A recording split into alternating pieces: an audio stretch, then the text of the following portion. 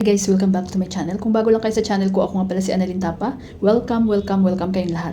At kung hindi pa kayo nakapag-subscribe, i-click nyo lang ang subscribe button sa baba at pag-click nyo na rin ang bell notification para ma-notify kayo sa lahat ng mga videos na i-upload ko. Kung bago lang kayo guys sa aking YouTube channel, nag-upload ako ng mga video tips, video tutorial nang sa ganun ay mai-share ko ang kaalaman ko sa kapwa ko YouTubers, lalong-lalo na sa mga baguhan.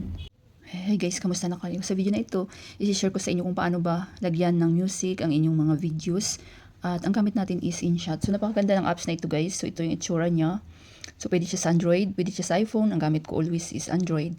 So pag hindi nyo pa na-install ang InShot, i-install nyo na. So meron din akong tutorial nito kung paano mag-edit gamit ang InShot. So check nyo sa aking tutorial playlist. So kapag na-install nyo ang InShot, i-open natin. Mayroong video, photo, collage. So dito tayo sa video. Then new, di mapupunta tayo sa ating gallery. So maghanap ako dito guys ng ihalimbawa ko sa inyo na video na lagyan natin ng background music. So halimbawa ito na guys yung halimbawa kong video sa inyo. So andito na tayo sa loob ng InShot. So dapat may nakaready kayong mga video na ihalimbawa na lagyan nyo na ng music. So pa volume lang natin para marinig nyo. Hi guys, welcome back to our YouTube channel. So halimbawa guys, nagalan po natin yan ng audio. Kasi para magkarinigan tayo. So click nyo lang yung volume. I-zero nyo lang muna. Halimbawa naman ito. Ipunta tayo guys sa itong audio. Then music. So marami dito guys music si InShot na magaganda. Pero be careful kayo dahil maraming makaka-copyright din kayo. So ako, hindi man kayo makaka-copyright ngayon. After 1 month or 6 months, minsan 1 year ako nakaka-receive. So, ingat lang kayo lalo na kapag i-monetize nyo yung inyong video. So, dito guys, meron ako mga na-download na music na free lang galing doon sa kinukuhanan ko. So, kapag gusto nyo yung malaman kung saan, panoorin nyo yung aking tutorial kung saan kukuha ng music na walang copyright. So, pang YouTube lang siya. So, ito may mga na-download ako dito na music na walang copyright. So, halimbawa ito. Din-add nyo lang plus. Kasi kapag na-download nyo yung music na walang copyright, so automatic na yan guys na kapag lagyan nyo dito sa mga editor apps, automatic na masisave yun. So yan, nakita nyo mayroon ng music.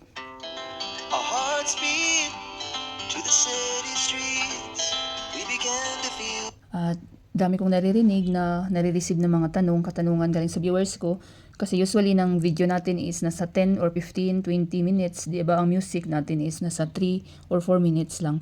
So ang gagawin natin guys, halimbawa wala ng music dito sa part ng video nyo.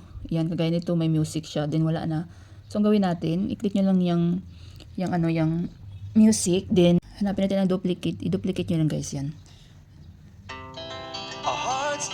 Automatic na yan may kadugtong uli. So duplicate nyo lang na duplicate hanggang sumakto doon sa inyong music.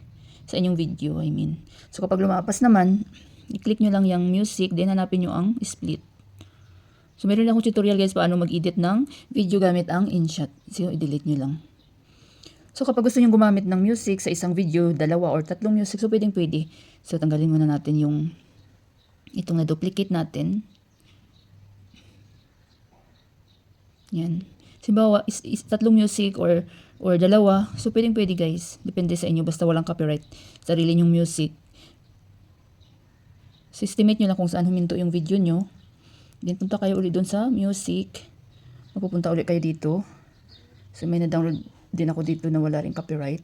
Ito. Plus nyo lang. So, ibang music. Ayan.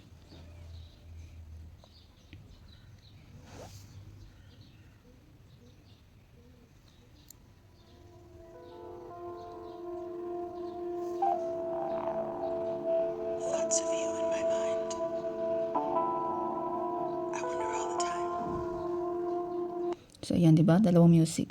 Kapag gusto nyo pala guys, kontrolin yung volume ng inyong music. So, click nyo lang tong music. Then, punta kayo sa volume. Ayan. Kung gusto nyo full, i-full nyo. Kung gusto nyo malakas na malakas. Ayan. So, kapag gusto nyo namang mahina lang, para magkarinigan din kayo ng viewers nyo. So, click nyo ang volume, then, pahinaan nyo lang. But, usually, kapag kapag tutorial yung aking mga video, so hindi na ako naglalagay ng ng music kasi may nare-receive din ako mga comment galing sa viewers ko na mas malakas pa yung music ko kaysa sa boses ko. Pero kapag mga minsan nagba-vlog ako, kapag lumalabas kami, so naglalagay ako ng music at saka mga cooking vlog. So papakita ko sa inyo kung gusto niyo gamitin yung music ni InShot guys. So tanggalin lang natin tong aking music. So i-delete lang natin. So, walang music. Punta ulit tayo dito sa music. Then, punta tayo dito sa taas. Ayan, featured. So, ayan, maraming mga dito sa InShot. Mga music. Romantic. So, try natin to guys.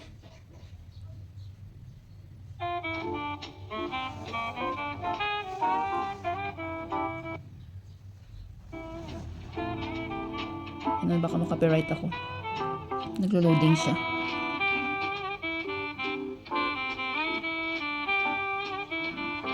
So wait nyo lang. Plus nyo lang. Ayan.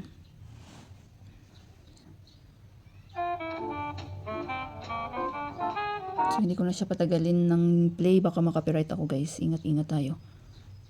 So maraming ditong magagandang si InShot. Pero gusto ko rin itong InShot na editor kasi ang dali niyang gamitin. Pero kapag mga for fun lang guys yung inyong mga video, so pwede kayo kumuha dito ng mga music. But yun nga, be careful kapag i-monetize nyo kasi hindi man kayo makaka-receive ng copyright ngayon. So after 1 month or 6 months, minsan 1 year pa ako nakaka-receive. So ito maganda last summer.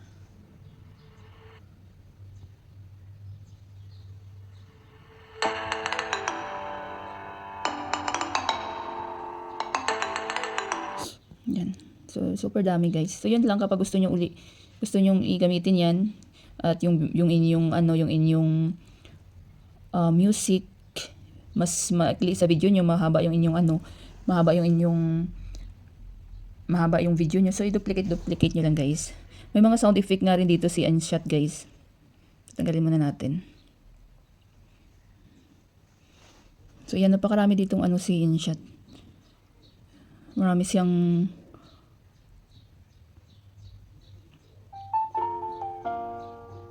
music na magaganda.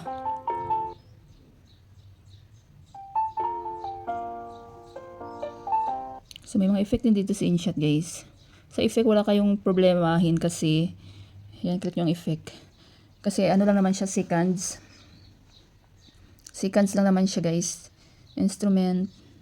So, kapag mga seconds lang kasi, so iwas naman copyright kasi hindi siya masyadong mahaba. Gusto lang copyright ako kapag more than 1 minute yung music na may copyright. And same lang, i-add, i-plus nyo lang.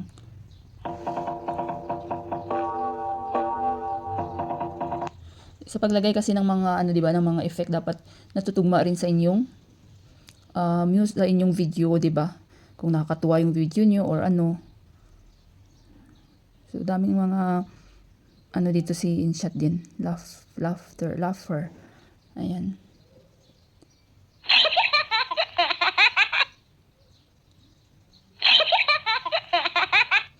Super galing din ni InShot guys. So, pag meron kayo guys mga question, suggestion or request, comment na kayo guys sa ini-videos ko at mababasa ko yan. So, pag okay na kayo, i-click nyo lang tong export. Ayan. Wala na kayong gagalawin dyan.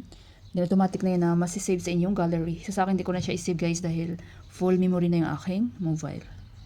Sana guys may natutunan kayo sa video tutorial ko na ito at maraming salamat sa panonood. Kung meron kayong mga question, suggestion, and request, just leave a comment down below. At kung hindi pa kayo nakapag-subscribe, i-click nyo lang subscribe button sa baba at pakiclick nyo na rin ang bell notification para ma-notify kayo sa lahat ng mga videos na i-upload ko. Always be happy guys, be positive, avoid nega. See you next time!